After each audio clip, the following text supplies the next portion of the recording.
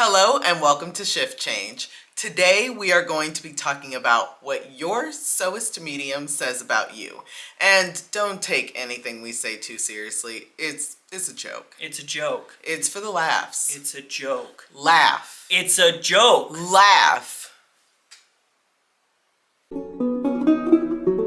I'm Muse. And I'm Dionysus. And you're watching us make a fool of ourselves. No, I was supposed to. But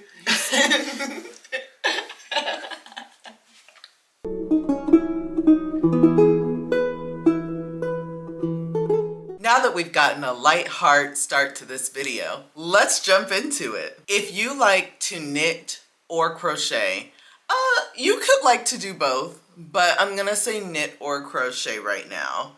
You 100% taught yourself a language as a kid for fun. Just for funsies. You had no reason to do it. No. You probably didn't even know anyone that spoke the language, but you learned it. You did. Mm-hmm. The whole thing. All of it. Mm-hmm. Also, we all know that if you knit or crochet, you have a long-lasting rivalry against the other one. It's unspoken, but everybody knows that it exists. Oh my goodness, I love what you're making. You know, my nan used to knit too. Oh, I crochet. They're like the same thing. Excuse me, did you just say they were the same thing? Well, it's pretty much the same thing. No, one uses two sticks and one uses a hook. They are extremely different. But with both, you're like making... You don't crochet. You wouldn't understand. Okay. If you do bobbin lace making, you might be a demigod. And like an important one. Like you're over like water or air or something that is like an absolute necessity because... Wow. I don't know what's happening there. You can explain it to me a million times. I've watched so many videos on this. I don't understand anything at all. Anything that you were doing whatsoever. At all. Or, if you do bobbin lacing, you have the most time on your hands, or you're trying to get away from somebody in your household. You're trying to hide from your spouse, you're trying to hide from your child, you're trying to hide from your dog, you're trying to get away from somebody. You know what's cheaper than a vacation? What? Bobbin lace making. Hours of silence. Don't mess with me while I'm making my lace. If you do any textile making, you sleep in a twin-size bed, but you have a full-size loom in your house, and it is beautiful, it is immaculate, and it is historically made. You're also living your most cottagecore life. Like, you're making fabric. How?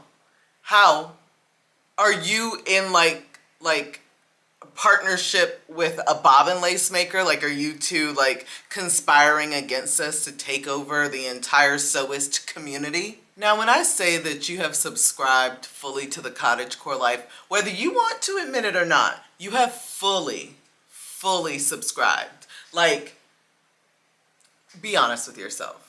You have asked either your parents, your roommates, or your spouse if you could buy a sheep. And you've mapped out exactly how you could do that in whatever living situation you have. Okay, so I know the balcony isn't large. But I think if we put the baby out there... We can't get a sheep! But you're not even listening to me, okay? That's why I got into bobbin lace making. We can't get a sheep. We put the baby at the balcony, right? Put the baby outside. It's natural. He likes being outside. We can't get a sheep. And then we just put a little sheep. Just like a lamb. Sheeps get big! That is not my problem. I'm buying a lamb. We can't get a sheep. Just one sheep.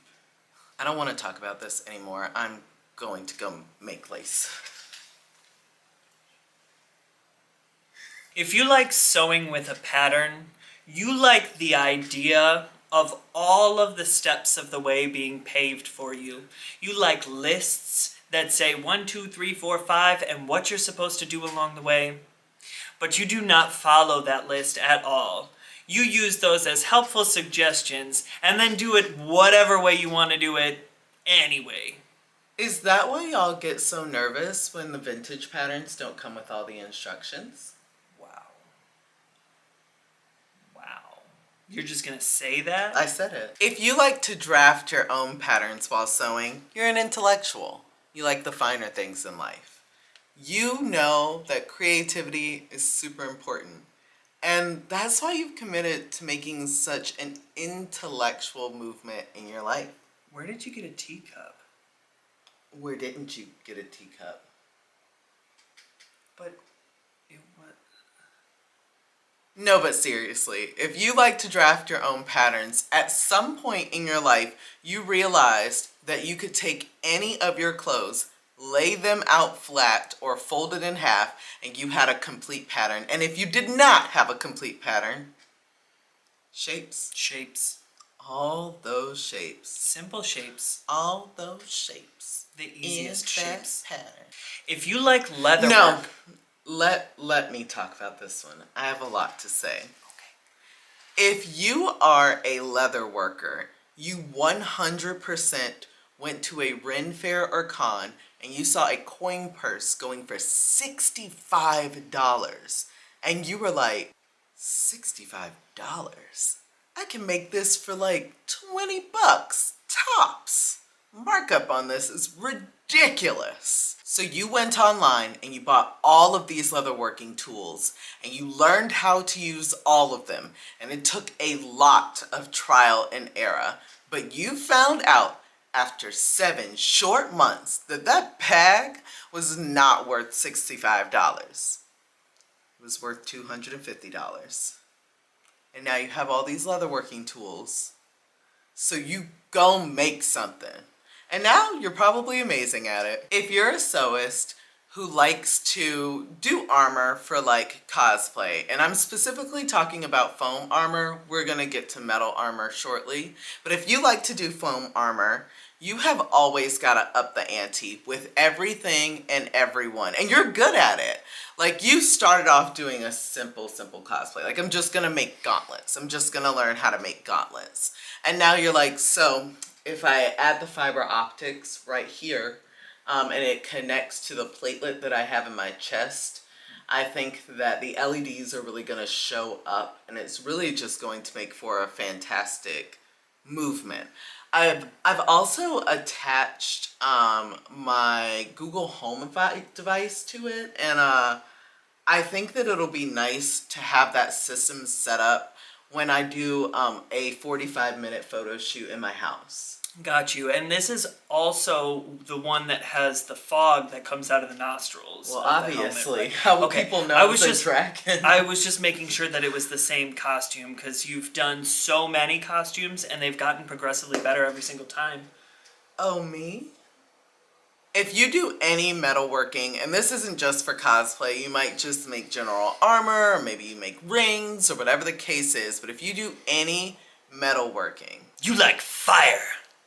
either that or CrossFit is really, really paying off for you, because you are shaping that metal and it looks fantastic. Oh my gosh. Are you still doing CrossFit? You look amazing. No, I work with metal. I don't know what that means. I don't know what that means. And if you don't make jewelry, people are always floored when you tell them that you can. You know, you didn't have to go on Etsy to get that engagement ring. I could have made one for you. What? Yeah, like, I mean, I started small. Like, I've got a whole bunch of rings that I used to practice on. I totally could have made you a ring. How? I make chainmail. Chainmail is literally made of metal. Yeah, you make armor. You can make jewelry? Yeah. If you're a hat maker, you have a very similar origin story to leather makers. You likely went on someone's Etsy shop and you saw hats going for $150 and you said, not here. that won't be happening to me. So you went and you bought everything, and you only spent $10 to make a hat. But like, then you wanted to make a better hat, so you did. That one didn't cost you $10, and they just got more and more expensive. And now you're charging $150 a hat in your Etsy shop. I feel you. It's expensive. It's expensive. Thank you for watching. If we did not mention your Sewist Medium, let us know in the comments below.